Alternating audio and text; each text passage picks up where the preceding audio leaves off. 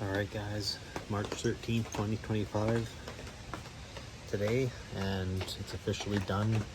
I have to swap out the gauge cluster still, so I want to match the motor and trans. We're filled up, we're running smooth, no codes have come up yet.